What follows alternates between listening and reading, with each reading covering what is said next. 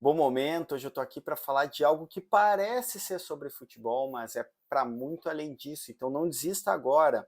Na última segunda-feira, o Brasil jogou contra a Coreia do Sul pelas oitavas de final da Copa do Mundo do Catar, e aí venceu por 4-1, teve comemoração dos jogadores brasileiros e mais uma vez aconteceu algo que sempre ocorre com europeus quando vem a seleção brasileira, os jogadores da seleção brasileira agirem do modo que eles agem, de modo alegre ou festivo. Roy Keane, que foi um grande caneleiro e rachador de bola irlandês, ficou famoso jogando pelo Manchester United da Inglaterra e agora está aposentado, ele deu uma declaração na TV inglesa dizendo que achava desrespeitoso e até de mau tom os jogadores brasileiros, todas as vezes que fizeram gol, irem comemorar fazendo dancinha. Para além dele ser um ranzinza, há algo por trás disso que remonta ao pensamento decolonial. O que isso significa? Bom, o pensamento decolonial ele é sobretudo um pensamento que vem da América Latina e também da África, e que diz o seguinte: não adianta só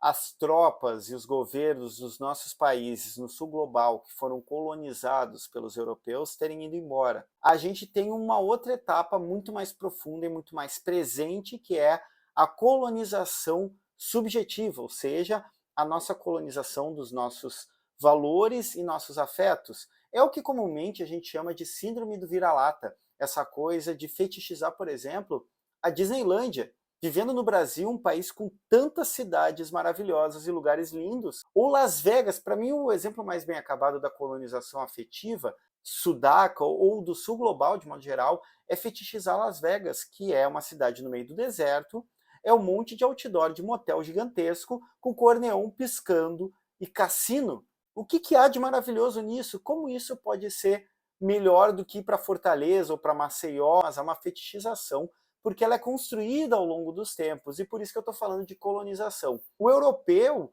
ou até mesmo estadunidense, como norte global do capital, quando falo norte, são os países mais ricos do centro capitalista, eles costumam nos tratar de dois modos intercambiáveis que trocam entre si, que é querer que nós sejamos, em alguma medida, uma versão contemporânea dos bons selvagens, aquele que é o alegre, mas na medida certa, aquele que é o risonho, o folclórico, o exótico, porém dentro de determinados padrões de comportamento eurocentrados.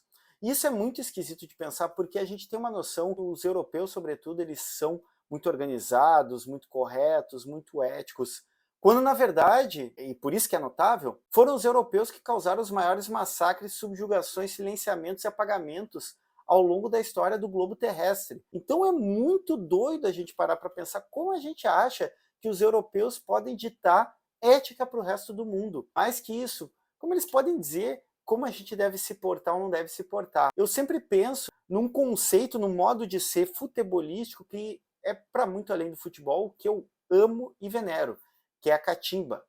A catimba ela teria uma origem etimológica numa língua banta, que teria a ver com o animal lebre e daria uma noção de astuto, de esperto. Os europeus no futebol costumam reclamar da catimba. O que é catimba? A catimba é jogar com o psicológico do adversário. Nós sul-americanos fazemos muito isso em campo, que é assim, tu tem o resultado na mão, tu precisa do empate, tu te atira no chão, tu rola de um lado para o outro, tu supervaloriza uma falta que tu sofre, tu inventa uma discussão ou inventa alguma confusão para atrasar o jogo, demora para repor a bola em jogo. Os europeus odeiam isso, eles dizem isso aí é um antijogo, isso aí é totalmente contra as regras, não há uma lisura, não há um fair play, eles amam dizer do tal fair play, mas no fundo o que incomoda eles é, primeiro, que nós tenhamos a capacidade e habilidade no esporte que eles têm dificuldade de replicar. Claro que a gente tem seleções que andaram ganhando a Copa, como a seleção francesa na última Copa, que fez um jogo muito bonito, mas eles têm uma coisa que eu acho que essa psicologia está muito bem posta pelo poeta Mário Quintana, que num dos seus poemas dizia que os animais que não conseguiam pular passavam o tempo todo recriminando sapos pela sua capacidade de pular, ou seja, há uma noção de formação, de uma domesticação e de uma colonização subjetiva e afetiva que no futebol fica muito evidente. O próprio Vini Júnior da seleção brasileira sofreu há pouco tempo racismo jogando contra o rival do seu time, que é o Real Madrid, contra o Atlético de Madrid. E a desculpa dos racistas do Atlético de Madrid foi: o Vini Júnior ele dança, ele debocha. Isso significa que a alegria, o modo de ser sudaca, sul-americano, incomoda eles, porque a gente deixa de ser o bom selvagem, o amistoso selvagem. Eles se colocam como marco civilizatório e querem nos vender modos de ser que são eurocentrados. Lembrando que foram os europeus que nos desumanizaram ao longo da história. Nós, sul-americanos, africanos, asiáticos, somos desumanizados, fomos colonizados, oprimidos. Quer dizer, para o europeu, a gente sempre foi aquele tipo exótico, aquele tipo que deve ser civilizado. E isso é tão profundo que a gente tem até hoje na nossa subjetividade, nos nossos afetos, essa vontade de ser europeu. A gente elogia cidades organizadas como parece uma cidade europeia. A gente acha que o modo mais ético e correto é a Europa. E quando a gente olha para a Europa real, fora desse fetiche, dessa colonização, como o movimento decolonial tentou nos mostrar, dessa colonização subjetiva, quando a gente olha para a Europa, a gente vê o quê?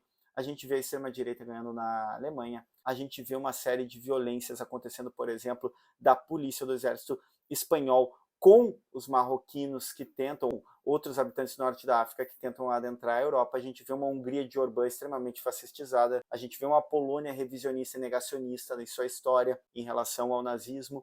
Essa construção subjetiva e afetiva, ela é uma fetichização que tem como um dos seus expedientes essa noção de que nós, brasileiros, que somos a seleção mais vencedora do mundo, e isso dói muito para muitos europeus, então eles vão lá e dizem, brasileiros, não sejam alegres, não comemorem, argentinos não façam catimba, vocês não são, no fundo é isso que eles querem nos dizer, civilizados. E eu termino essa conversa de hoje sobre colonização subjetiva e afetiva e futebol, citando, porque faz pouco tempo que se faria aniversário, Dios Maradona, que la sigan chupando. Vamos arriba!